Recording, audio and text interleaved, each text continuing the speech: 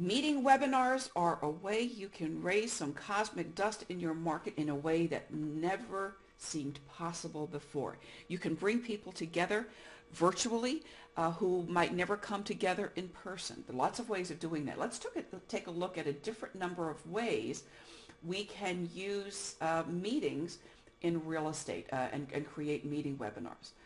Franchises use meetings to talk to franchise owners across very, very large areas, across the country, across the continent, around the world, in a region. A webinar is a great place to bring people together to talk about common goals, common strategies. It's a great, great tool for a franchise.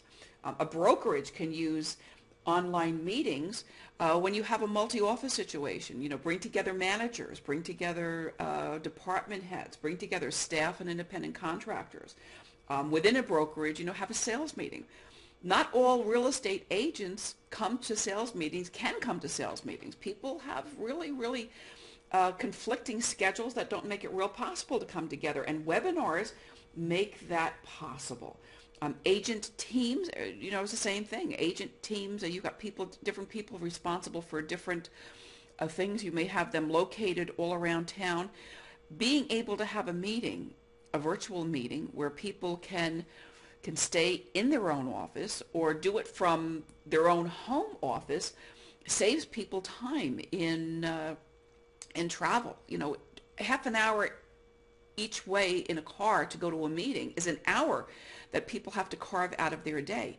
There are just so many times that you can do that and not really cost people productivity and ultimately hit the bottom line.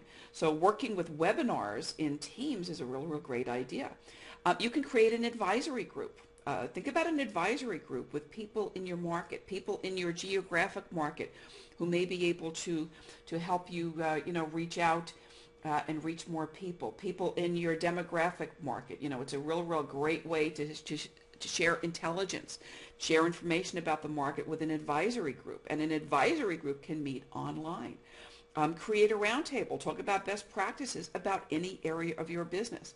Create a roundtable and have a discussion about foreclosures. Have a discussion about short sales. Have a discussion about the best practices that are happening. Create those roundtables. Pass the microphone around from one person to another. Share. You can do that much more easily, much more frequently, and in a very, very rich manner with webinars. Create seminars, in-house seminars for agents, in-house seminars and trainings for your other groups. Again, do that in a meeting format. Customer education. When you're doing this in this kind of a format, that's different than a sales webinar. When you're creating customer education and having meetings, you're inviting a very, very special, rich type of interaction with your consumers, with those people who you're bringing into your business as prospects and future customers that you were never able to do before. In a way, you were never able to do it, and do that virtually. Very, very rich way of working with webinars. Let's take a look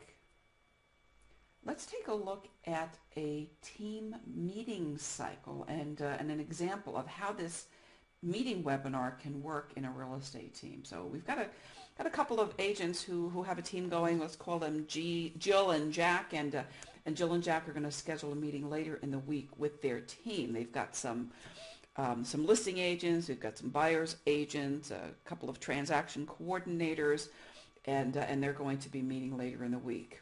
They may even invite their VAs to come in. They've got a couple of those. Jill and Jack are going to put together a detailed agenda, and they've they're working with a team. That's a very, very busy team. 3 of the members of that team are on the road right now. One of those members is out of town at a conference, and that person is going to attend via an iPhone. Or an iPad or an Android tablet. So that's pretty cool. One of the members of the team is going to register with his iPhone, and another member is not going to be able to attend, but he can catch it on the replay because everything is going to be recorded. Jill and Jack are going to assign a password for the meeting. There are definitely some things they don't want to be sharing with the world or necessarily with other people who have other access to other rooms in their meeting space there. So they're going to record that for their team and ask people to use a password. They're also going to upload documents for review prior to the meeting. Every member of the team has an opportunity to review those documents and then post comments below the space in the collaborative meeting area so that they can start getting on the same page prior to the meeting. During the meeting, the team leader is going to present a PowerPoint with a succinct outline of all of the major points, all of the points he wants to talk about, and then team members are going to share other documents in the meeting space. So people who have information relative to the projects, germane to the task at hand, will be able to share that. They're also able to add additional people to the space during the week. They may invite some other people in. There may be a lender who is going to be joining an open house promotion and be available at an open house to do some pre-qualifying. Maybe has a team to do that as well.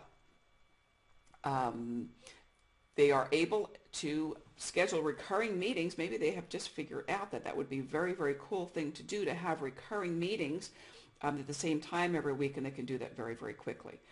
All members have access to the recordings and the files, and they have access on demand. So the entire recording of the meeting is available. If people want to listen to it again, listen to a certain part of it, they can do that, and they can download those files again.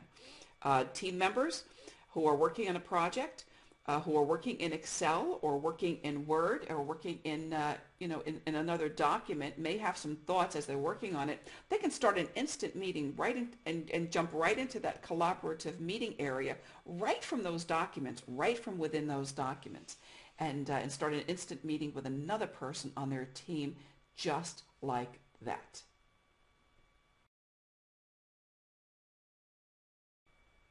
Sharing files was never easier than it is right now in a meeting webinar.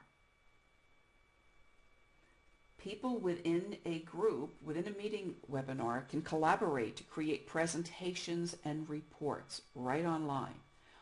You can create a file in a media library. You can create an entire library of materials that people on your team can use, that you can take out of the file at any given point in time during a meeting webinar to present to the group, to review with the group, and to work with.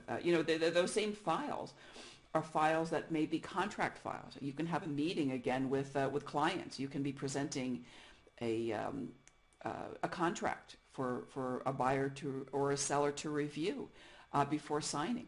You can be presenting your listing contract, for goodness sake. Anyway, you can create a media library and do that in the file. You can assign privileges and permissions to people so that only some people can make changes on a contract. And you can leave messages for people in a meeting space, kind of like putting a sticker on a bulletin board. You can create your own virtual bulletin board right in your meeting space. Team members can share their relevant emails in a meeting space. Lots of engagement happens there. People with a high level of permission to run the room, a room monitor, a virtual room monitor, can have a list and create a list of people who can share certain materials. You may have a team or a room where you invite strategic partners. You may invite people from a title company, from the lending community, from the housing counseling community.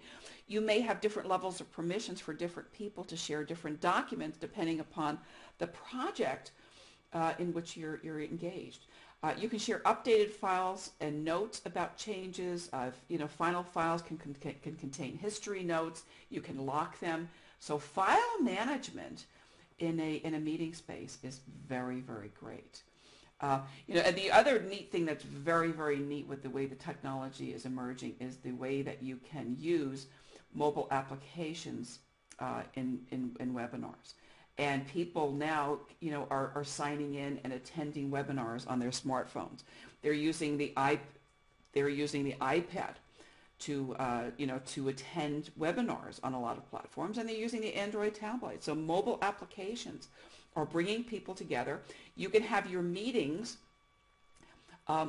with people all over the place, and they don't even have to, be sitting at a computer. They can be working someplace in a remote area using a mobile device and still be able to participate, still be able to see what you have to share, still be able to review documents and do all of that type of interaction right from their tablets or their smartphones.